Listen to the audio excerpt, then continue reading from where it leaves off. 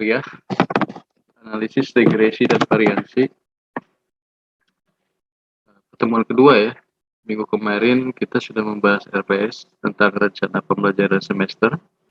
Jadi materi-materi apa saja yang akan dibahas di semester ini. Namun kemarin saya lupa menginformasikan. Jadi begini, jadi pada mata kuliah analisis regresi variansi ini nanti ada tugas besar.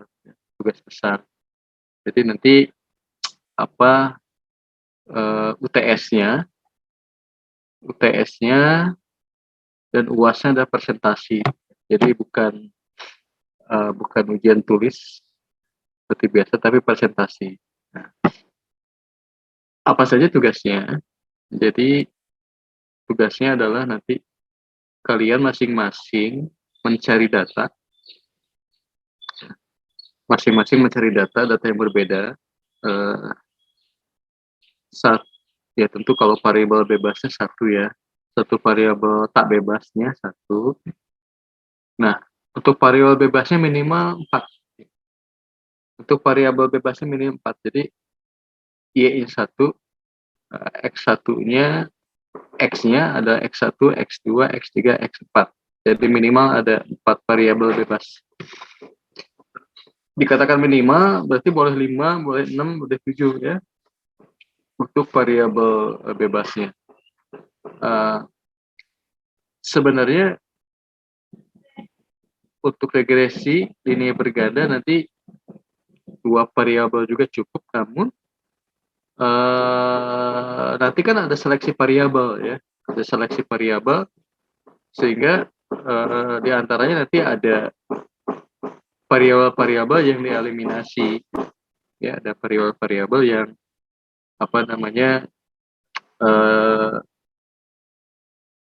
dibuang ya, kalau ternyata variabel nanti tidak signifikan.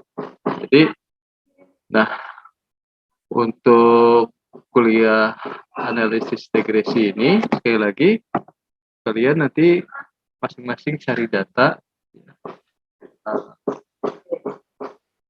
minimal 4 variabel bebas, 1 variabel tak bebas ya.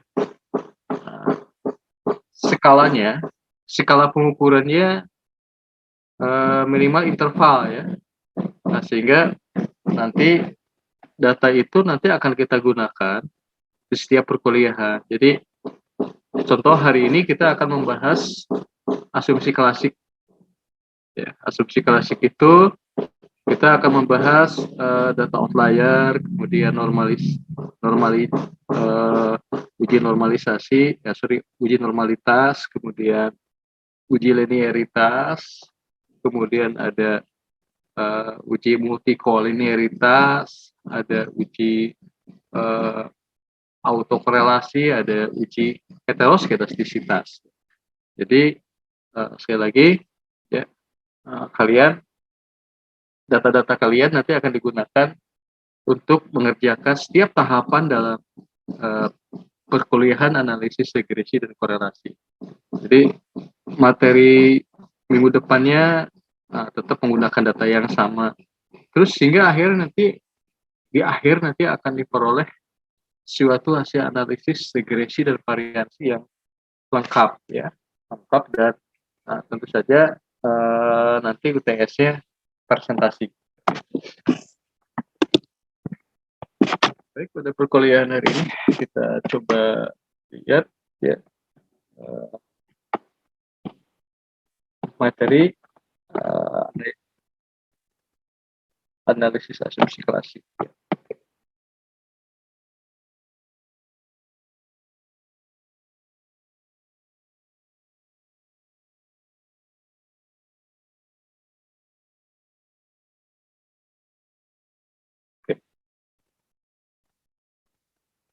Sorry, salah share ya.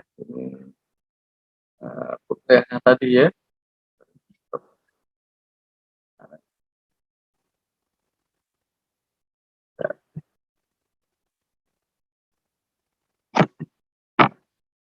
Oh, ini klasik ya. Oke, ya. Ini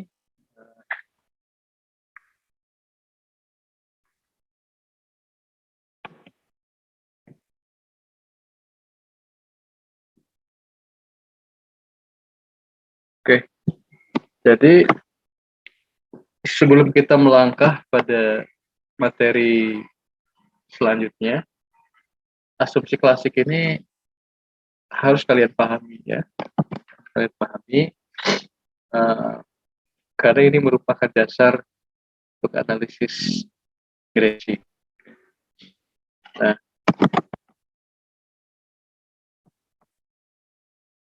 asumsi klasik dalam analisis regresi itu yang utamanya adalah normalitas. Jadi kita harus tahu data itu apakah normal atau tidak. Kemudian heteroskedastisitas. Ya, heteroskedastisitas ini terkait dengan konsistensi dari variat. Ya. Kemudian autokorelasi dan multikolinearitas. Ya. Oke. Namun sebenarnya ada asumsi klasik yang lain, termasuk skala pengukuran. Ya. Skala pengukuran juga merupakan suatu suatu dasar dari analisis regresi yang harus dipahami. Ya. Data outlier juga itu merupakan bagian dari dari asumsi klasik. Ya. Jadi termasuk linearitas ya. Linearitas juga merupakan asumsi klasik. Jadi sebelum kita membahas lebih jauh mengenai asumsi klasik normalitas, heteroskedastisitas, autokorelasi dan multikolinearitas, kita akan terlebih dahulu mengulas apa itu skala pengukuran ya. Oke. Ini sudah dibahas di mata kuliah metode statistika dulu. Jadi ini sifatnya mengingatkan kembali ya. Nah, jadi skala pengukuran dalam statistik ini ada 4 skala, yaitu skala nominal, ordinal, interval dan rasio ya. Nah, untuk skala nominal ordinal, nah ini masuknya ke statistik non parametrik, artinya data yang digunakan itu tidak harus berdistribusi normal, tidak mensyaratkan harus normal. Lain halnya dengan statistik parametrik ya. Parametrik ya.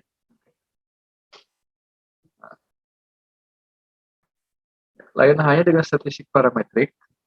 Nah, statistik parametrik ini mensyaratkan bahwa datanya harus normal. Nah, syaratnya data-datanya itu minimal berskala interval, ya, skala interval. Ya. Jadi dalam statistik ini ada 4 skala pengukuran yang harus kalian pahami, ya. Ada 4 skala pengukuran yang harus kalian pahami.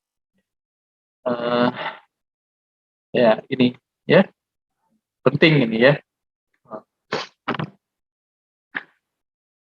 Nah, kalau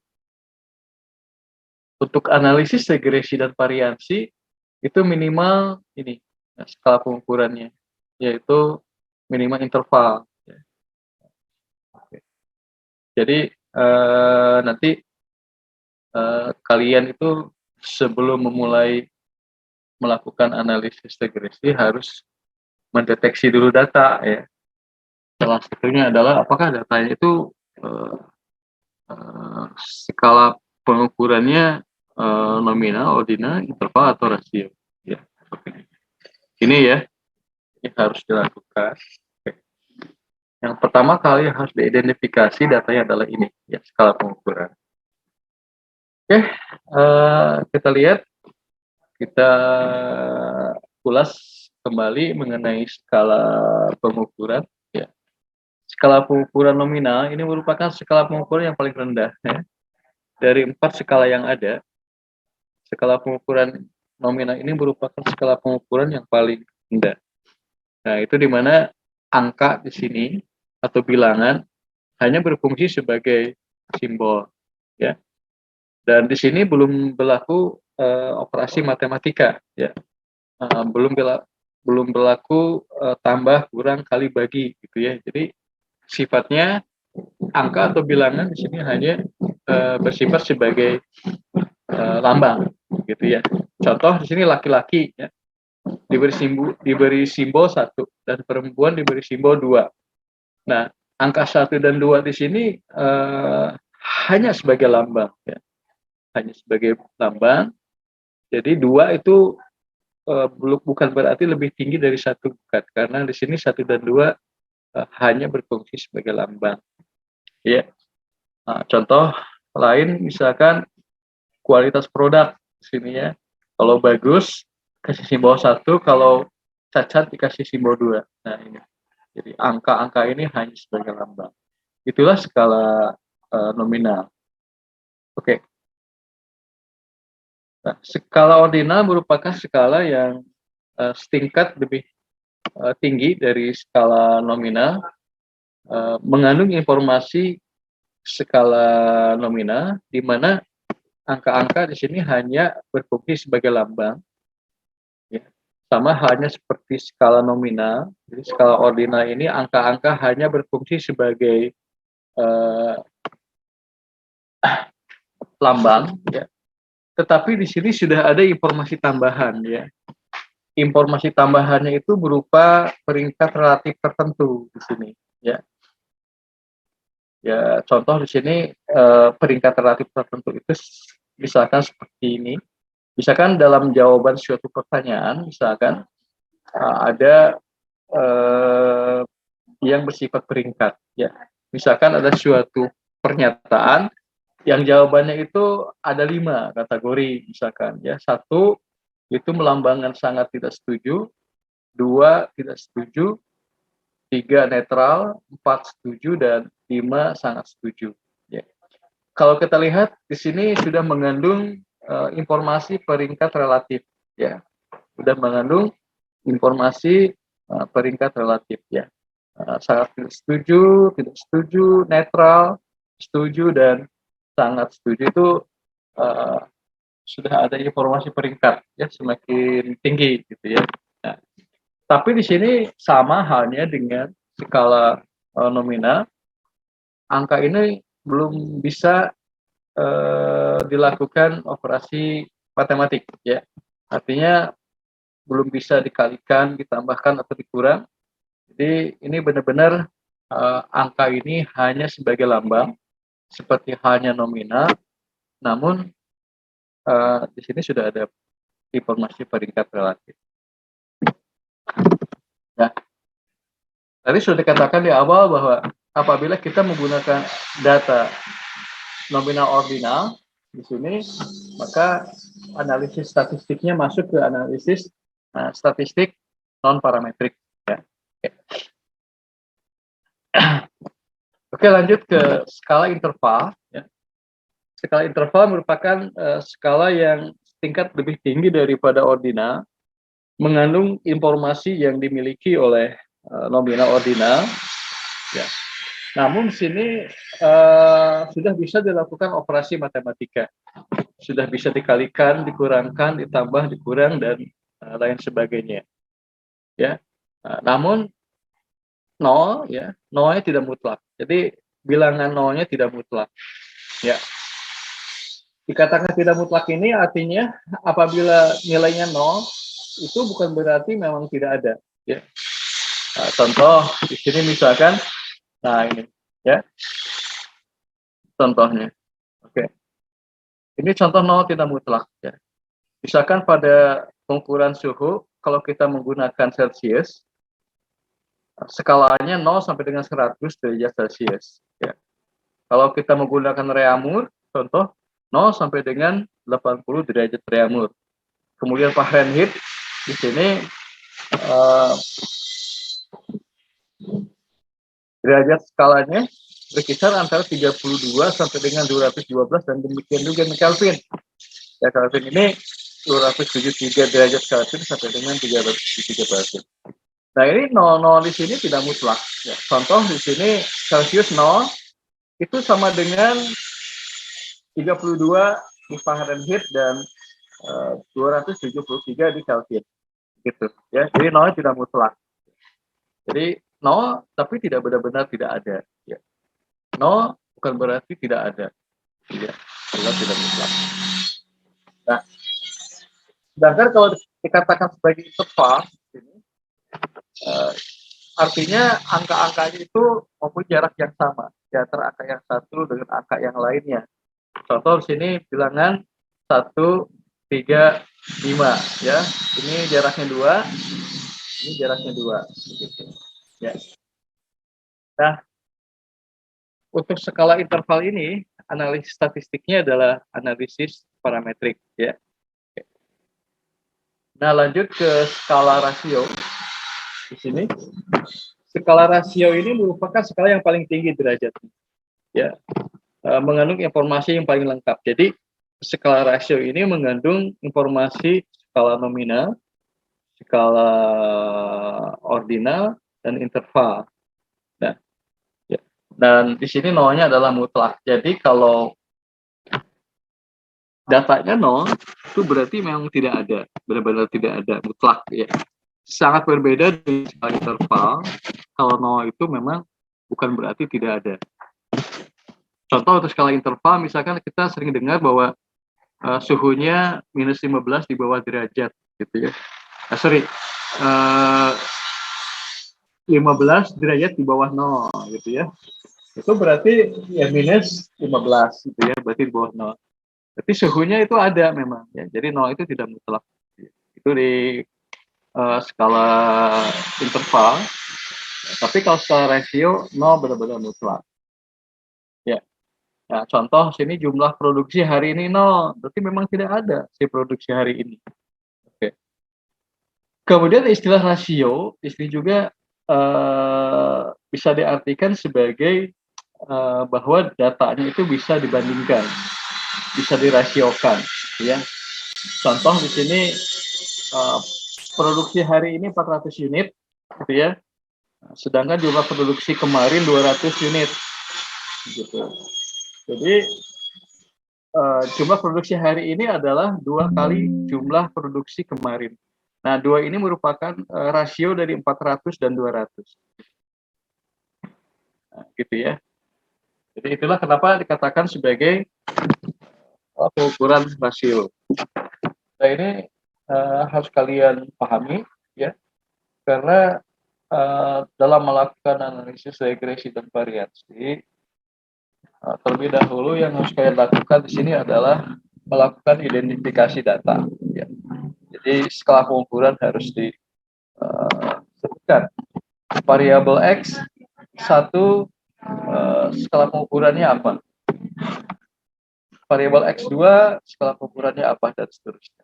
Ya, jadi kita mulai melakukan analisis regresi dari sini, melakukan identifikasi terhadap data-data variabel.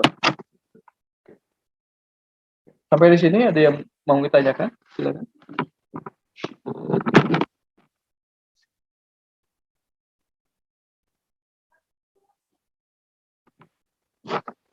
Ada yang mau ditanyakan sampai di sini? Tidak ada, Pak. Tidak ada, ya. Oke, baik, kita lanjut ke uji normalitas ya. Nah, uji normalitas itu dilakukan untuk mengetahui apakah datanya berdistribusi normal atau tidak. Ya. Nah, untuk analisis regresi, ya, untuk analisis regresi baik itu regresi sederhana ataupun regresi berganda, datanya harus normal. Ya. Maka langkah selanjutnya, selain kita melakukan identifikasi skala pengukuran, langkah selanjutnya adalah kita melakukan uji normalitas. Ya. Nah, uji normalitas ini bisa kita lakukan dengan menggunakan program SPSS. Ya. Hipotesisnya seperti ini. Hipotesisnya, panolnya data berdistribusi normal, gitu ya. Kemudian H1-nya data tidak berdistribusi normal. Oke, gitu ya. Nah, ini langkah-langkah ujinya, ya, dengan menggunakan SPSS. Ya.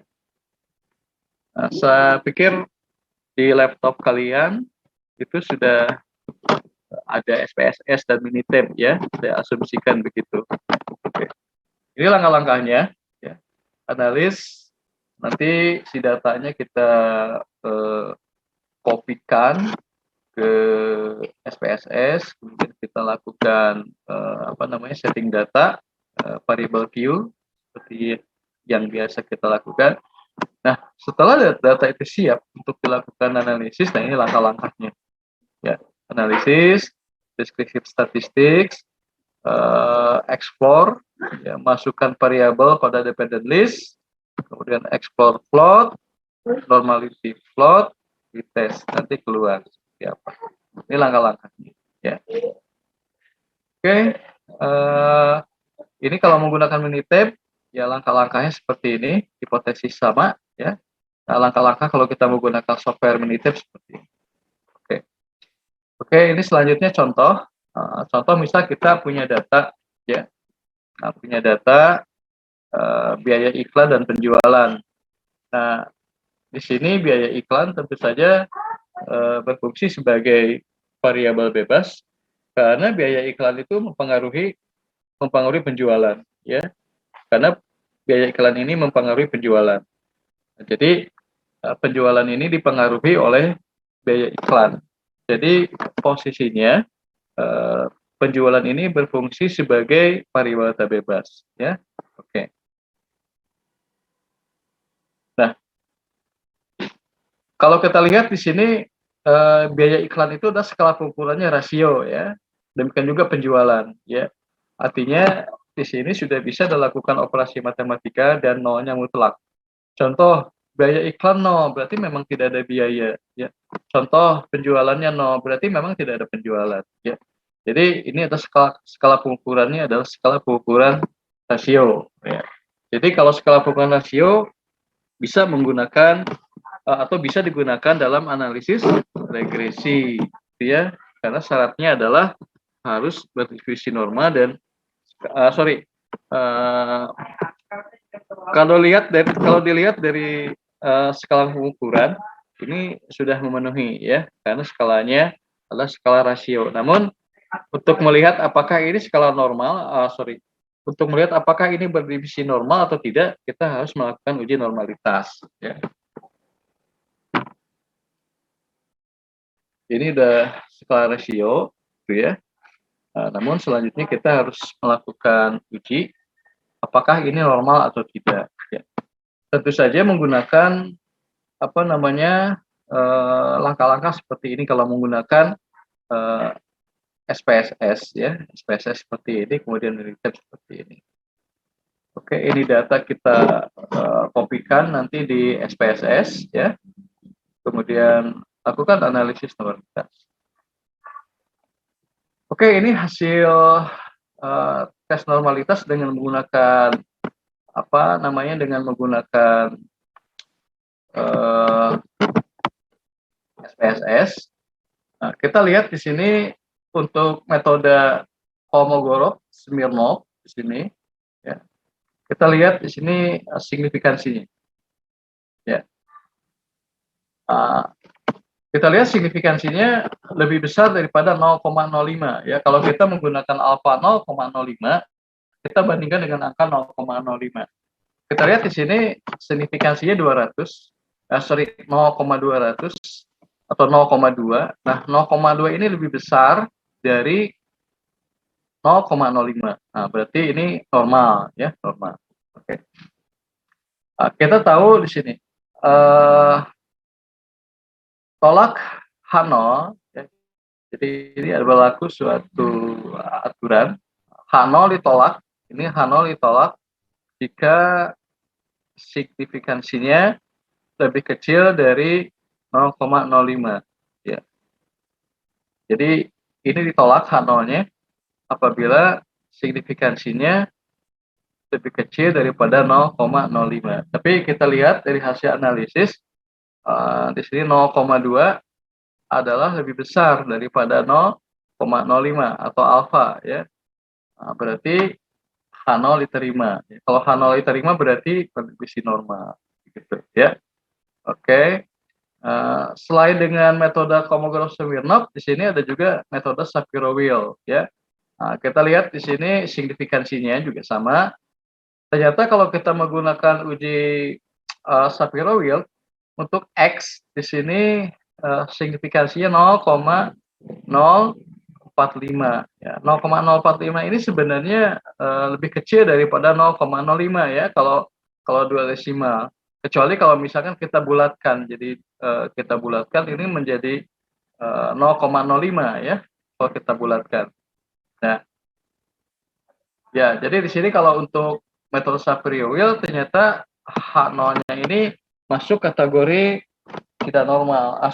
Ya tidak normal karena signifikansinya lebih kecil daripada 0,05 ya. Namun di sini kalau kita bulatkan ini ya sama ya.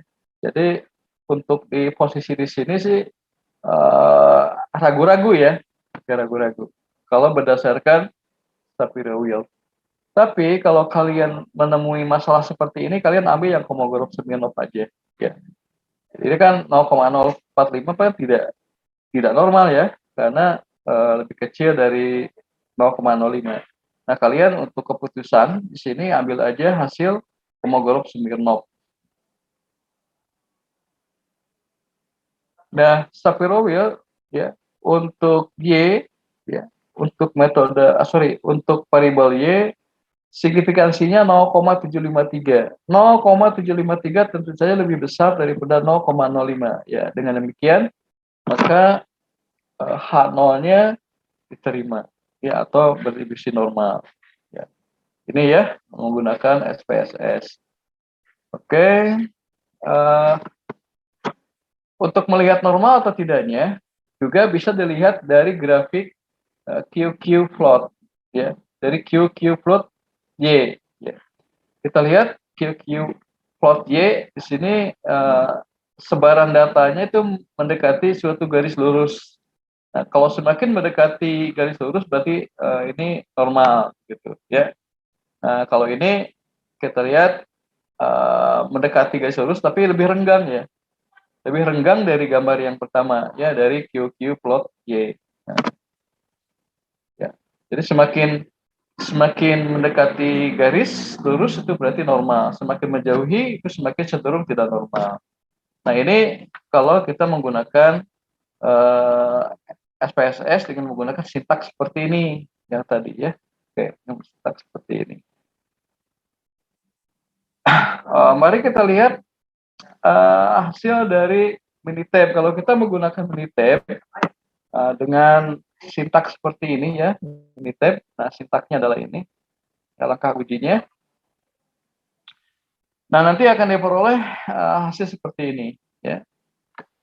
Kita lihat ya, kalau di SPSS namanya normal QQ plot ya.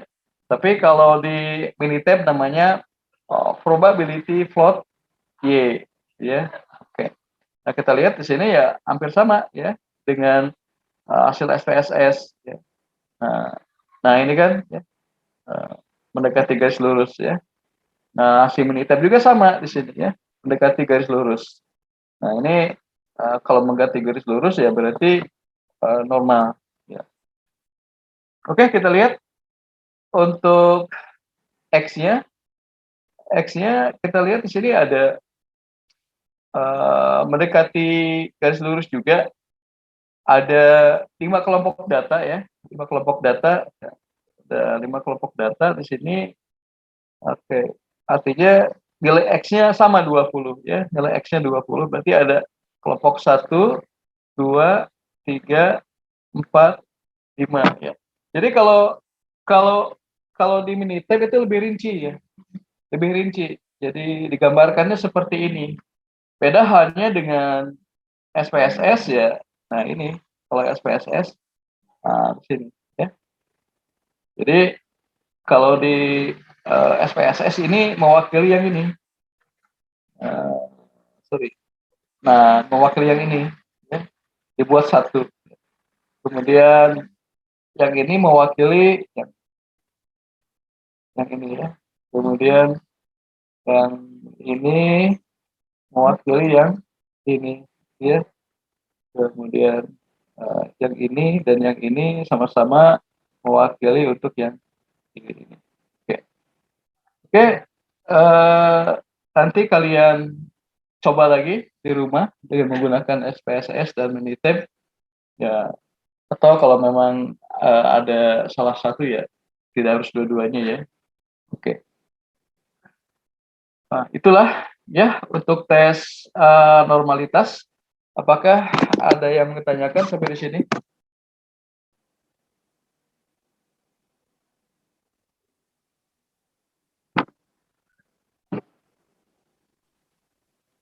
Pak izin bertanya. Boleh, silakan. Ini siapa? Bisa. Bisa, ya gimana? Kan Pak tadi signifikansinya itu harus lebih dari 0,05. Kalau pas banget 0,05 itu masih bisa normal. Ya, signifikansinya harus lebih besar dari alfa ya. Nah, jadi nilai signya itu harus lebih besar daripada signya itu harus lebih besar daripada alfa ya. Nah, alfa itu kan bisa menggunakan 0,01, bisa menggunakan 0,02 dan bisa juga menggunakan angka 0,05 ya, tapi biasanya menggunakan 0,05 ya. Oke, jadi kalau nilai signifikansinya lebih besar daripada 0,05, misalkan karena alfa yang digunakannya adalah 0,05, maka ini adalah normal. Namun apabila ini lebih kecil dari alfa, ya, maka ini adalah tidak normal. Begitu. Begitu, Nisa? Ya, baik Pak. Terima kasih. Oke, makasih. Nah, kalau di SPSS kan namanya signifikansi. Nah, tapi kalau di Minitab namanya p-value ya, p-value di sini. Oke.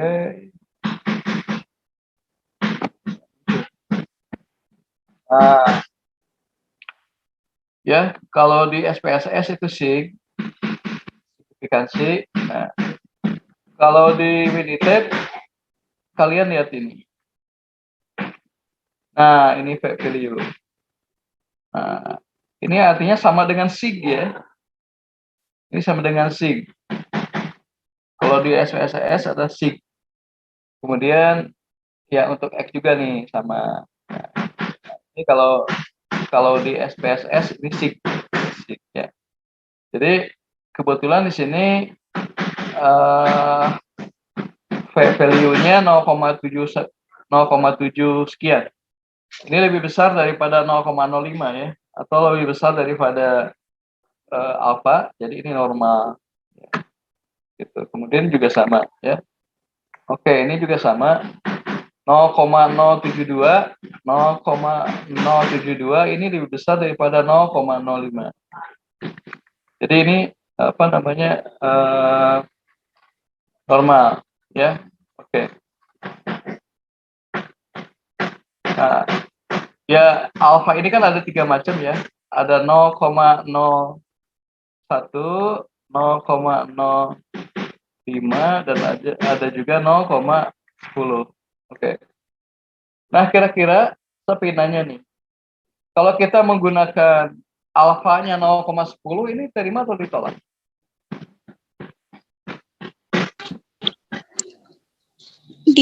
Diterima. Diterima ya, karena ini lebih besar daripada 0,10 ya. Nah, saya juga pengen nanya lagi. Kalau kita menggunakan alfanya 0,01 ini terima ditolak? Ditolak. Diterima ditolak. Kalau kita menggunakan 0,01. Ditolak. Diterima.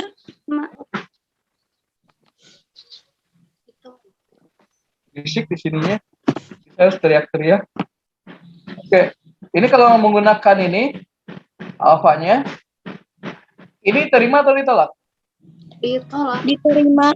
Terima ya, karena ini diterima. lebih besar ya. lebih besar daripada 0,01. Jadi intinya kita menolak atau menerima H0 artinya kita bisa mengetahui apakah itu normal atau tidak, ya tergantung nilai sig kalau di SPSS dan P value untuk di Minitab. Normal apabila signya lebih besar daripada 0,05 atau alfa ya, tergantung berapa. Atau ini juga sama ya. Kalau kita gunakan 0,05 ya. Jadi tidak terpaku pada 0,05 sih sebenarnya. Jadi kalian juga bisa menggunakan 0,01 dan 0,10 ya. Cuman di sini biasanya dalam analisis statistik itu kita menggunakan alfanya dalam 0,05 ya. Kemudian nah ini untuk melihat secara visual apakah ini linear atau tidak ya. Karena kita nanti akan menentukan apakah regresinya itu regresi linear atau regresi non-linear gitu ya. Nah, kalau kita menggunakan regresi linear berarti hubungan antara X dan Y-nya harus linear gitu ya. Tetapi kalau tidak linear berarti hubungan antara X dan Y-nya tidak linear. Nah, untuk mendeteksi linearitas ini kita bisa menggunakan dua cara. Yang pertama dengan plot diagram pencar seperti ini, kemudian kita buat garis lurusnya, ya, atau kita melakukan analisis secara statistik, ya. Oke. Nah, ini cara untuk melihat apakah plot X dan Y ini linear atau tidak. Ya. Ini salah satu contoh nih gambar ini. Kalau sekilas ini nggak linear sih, ya, karena ini agak berjauhan gitu loh. Jadi ini sangat berpencar gitu ya. Tapi kalau kita buat garis di sekitar datanya, memang bisa mengikuti linear, ya, seperti ini. Ini kalau secara visual ini tidak linear menurut saya ya. Secara visual tidak linear. Karena ini berpencaran jauh gitu ya. Ya kecuali kalau memang datanya dekat-dekat di sini gitu ya. Nah, di sini nggak ada ini ya, ini jauh, jadi terkesan tidak linear. Oke. Itulah kenapa kita perlu melakukan analisis statistik. Karena analisis statistik itu lebih teliti.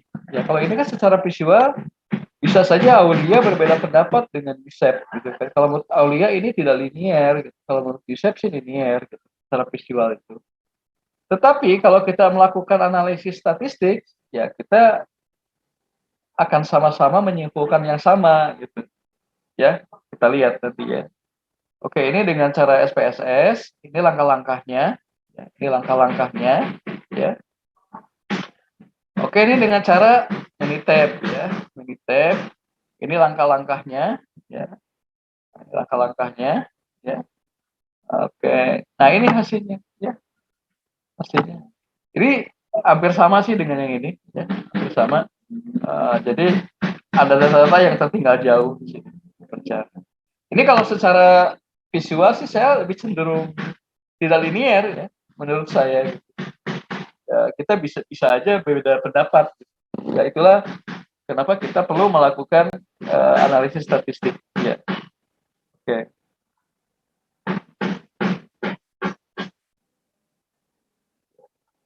Nah, contoh di sini ada plot scatter linearitas di sini.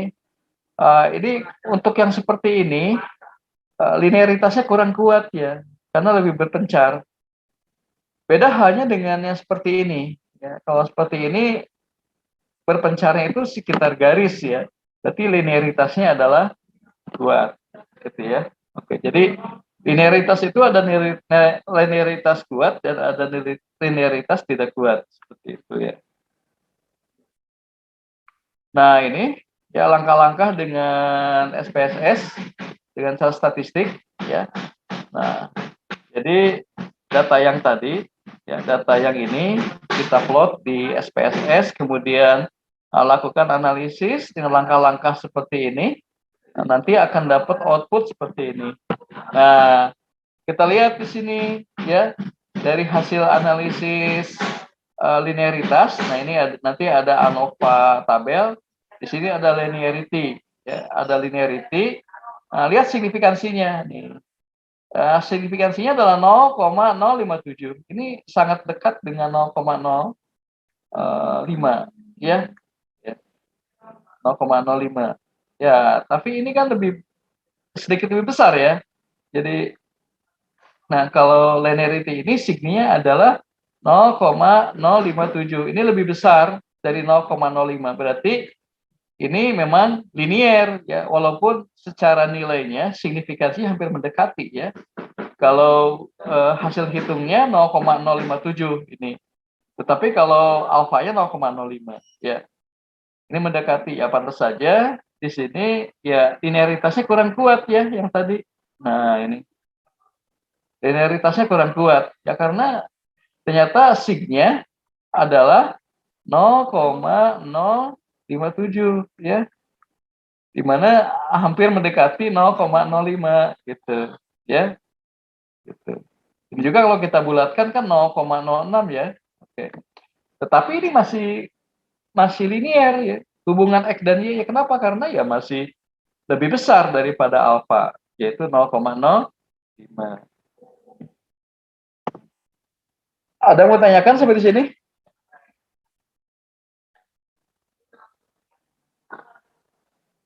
Halo? Tidak ada, Pak.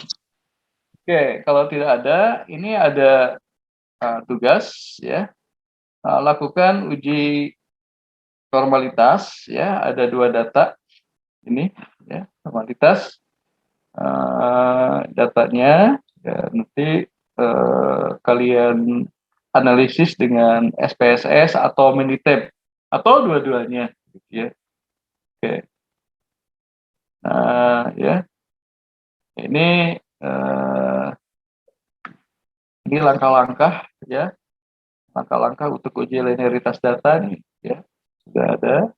Oke, gitu. Ya. Gitu ya.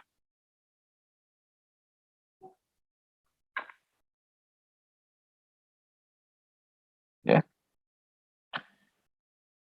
Bisa dipahami isinya? Insya Allah bisa, Pak. Ya. Bapak boleh tanya? Boleh, silakan. Ini siapa ini? Nopi, Pak. Gimana, Pi? Jadi tujuan untuk, kan tadi teh harus linear, agar jadi berdistribusi normal. Itu teh penentuan buat apa Bapak kalau berdistribusi normal? Ya, kan ini masuk ke analisis parametrik. Nah, analisis parametrik itu datanya harus normal.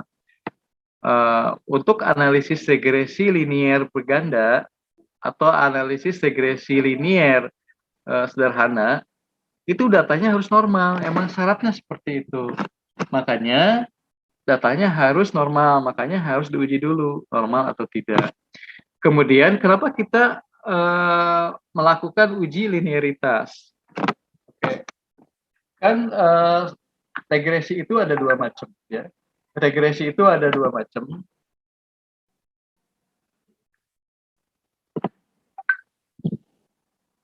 Regresi 2 macam. Ada regresi linear, ada regresi reguler dan regresi non linear. Nah, kalau regresi linear otomatis ya harus linear. Ya, maka perlu dilakukan uji linearitas. Ya.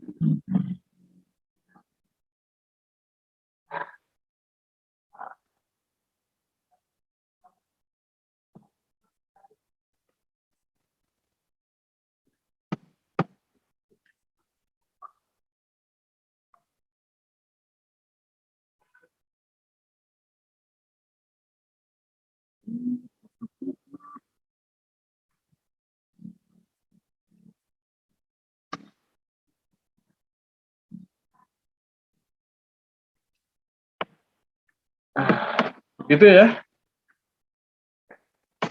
Tapi bisa dipahami, jadi kita melakukan uji linearitas untuk mengetahui apakah datanya linear atau tidak, apakah X itu linear atau tidak terhadap Y gitu ya. Ya, kalau tidak berarti kita tidak bisa menggunakan tidak bisa menggunakan analisis regresi linear gitu. Ya. Baik, Pak. Kalau normal ya memang mutlak harus, kan itu asumsi klasik ya. Itu memang harus dipenuhi normal gitu. Ya. Oke, yang lainnya? Ada yang ditanyakan? Bapak maaf, jadi data itu layak buat dijadiin gitu maksudnya Bapak? Ya, data itu bisa digunakan nggak gitu. Oh iya iya. Ya makasih Pak. Jadi kalau misalkan, jadi gini, kalau misalkan ini saya kasih contohnya. Sorry, ini regresi ya. Regresi itu ada dua macam. Regresi linear dan non linear gitu ya.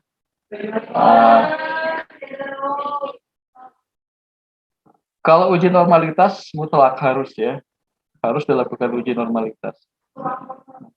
Untuk regresi ini memang harus normal datanya.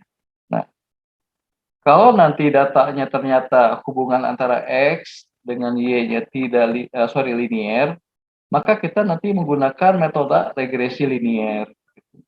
Ya. Nah, tetapi kalau X dan Y-nya tidak linear atau non-linear, nanti kita menggunakan metodenya regresi non-linear begitu. Ya. Jadi kalau kita melakukan uji regresi linear, baik itu berganda maupun sederhana, kita harus tahu dulu apakah memang benar datanya ini X dan Y ini berhubungan linear atau tidak. Gitu. Ya. Iya Pak. Gitu. Oke. Kira-kira ini bisa dipahami nggak? Ya. Insya Allah bisa. Laptop kalian masing-masing udah ada SPSS kan? Ada Pak. Ada. Oke, nanti bagi dua kelompok ya. Bagi dua kelompok. Kebetulan 4 jadi 2-2 ya. Terserah anggotanya siapa aja. Ini nanti lakukan analisis dengan menggunakan SPSS atau dengan menggunakan Minitab. Ya. Saya rasa kalau untuk penggunaan SPSS kalian sudah familiar ya.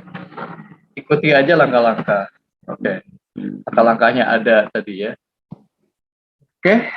Untuk minggu depan kita akan membahas uji asumsi klasik yang lain, yaitu multikolinearitas, autokorelasi, dan heteroskedastisitas.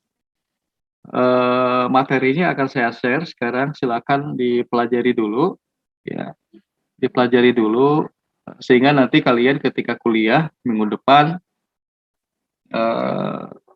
sudah memiliki bayangan atau sudah memiliki pertanyaan kalau memang kalian belum paham, atau mungkin kalian sudah paham gitu ya. Jadi memudahkan dalam perkuliahan ini untuk membantu kalian lebih cepat untuk mengerti begitu ya. Oke. Ini materi untuk minggu depan, silakan dibaca-baca dulu.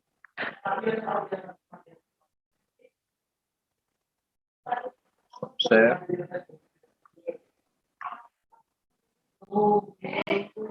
bentar.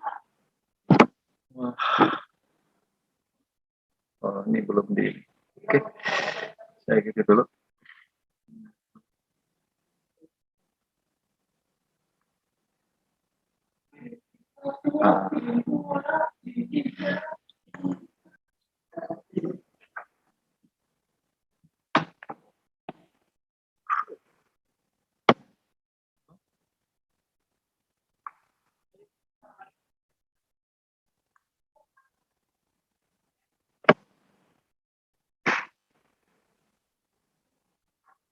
Nah, ini. Sudah bisa dilihat materinya? Iya, sudah, Pak. Sudah. Kalau ini normalitas tadi udah dibahas ya. Nah, silakan dibaca-baca juga nggak apa-apa. Ini semua. Minggu depan kita akan membahas autokorelasi, kemudian multikolinearitas dan heteroskedastisitas. Ya, oke. Ya, ada satu lagi outlier ya, outlier. Data outlier itu artinya data pencilan, data yang sangat berbeda dari data yang lainnya. Itu kita harus melakukan deteksi data outlier. Karena kalau nggak dibuang, nanti akan mempengaruhi terhadap persamaan regresinya. Dan untuk prediksinya nanti terganggu ya. Jadi nggak akurat nanti prediksinya. Gitu ya. Nanti ini saya share, silakan dibaca-baca di rumah sehingga minggu depan sudah ada bayangan. Ya, jangan lupa tugas kesatunya ya, yang tadi kerjakan soal tugas kesatunya yaitu melakukan analisis normalitas dengan data yang ada di slide.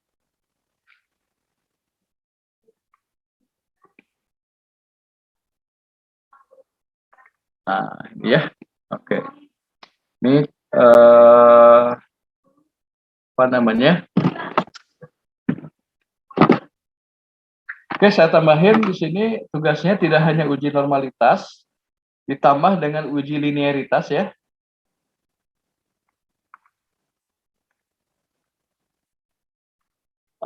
Dan tentu saja identifikasi skala pengukuran. Ini satu, ya, skala pengukurannya apa, gitu ya. Kemudian uji normalitas kedua, dan ini adalah uji linearitas yang ketiga, ya. Datanya ini, ya. Oke. Saya minta diketik di Word atau PDF, nanti kirim ke sayanya, ya.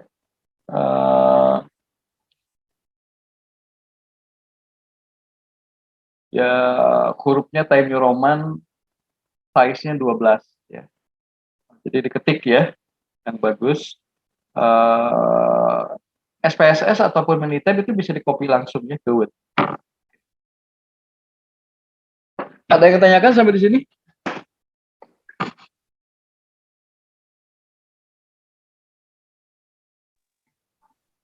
Halo? Tidak ada, Pak. Tidak ada, ya. Jadi bisa dipahami ya dan dicoba ya. Oke. Insya Allah. Baik, terima kasih atas perhatiannya. Cukup sekian kuliah hari ini.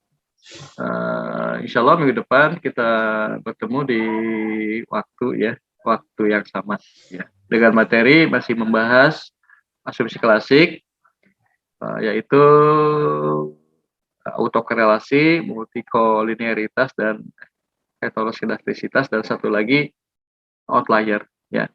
Jadi dalam analisis regresi ini memang banyak asumsi klasik yang harus dipenuhi gitu ya. Pertama ya tentu saja skala pengukurannya gitu, harus dipenuhi ya, skala pengukurannya minimal interval dan rasio. Kemudian harus normal, kemudian harus linier. Kalau linier berarti kita bisa menggunakan analisis regresi linier berganda atau analisis regresi linier sederhana. Kemudian kita harus melakukan uji asumsi klasik multikolinearitas, autokorelasi, outlier, kemudian heteroskedastisitas. Itu semua harus dipenuhi ya. Itu semua harus dipenuhi ya kalau kita akan melakukan analisis regresi linier. Makanya cukup banyak jenis asumsi klasiknya yang harus dilakukan. Makanya ya kita bagi menjadi 2 pertemuan perkuliahan. Dan jangan lupa untuk besok, saya harap kalian sudah punya data masing-masing, ya, sudah punya data masing-masing. Nah, sehingga nanti di setiap perkuliahan kalian melaksanakan tugasnya itu sesuai dengan data yang kalian miliki. Ya. Nanti akan dimulai dari asumsi klasik ini dengan menggunakan data masing-masing. akan melakukan analisis regresi linear sederhana dengan menggunakan data masing-masing, melakukan analisis regresi linear berganda, dan selanjutnya dengan menggunakan data masing-masing. Oke. Saya rasa cukup. Kalau tidak ada yang ditanyakan, terima kasih atas perhatiannya. Assalamualaikum warahmatullahi wabarakatuh. Waalaikumsalam Waalaikumsalam warahmatullahi wabarakatuh.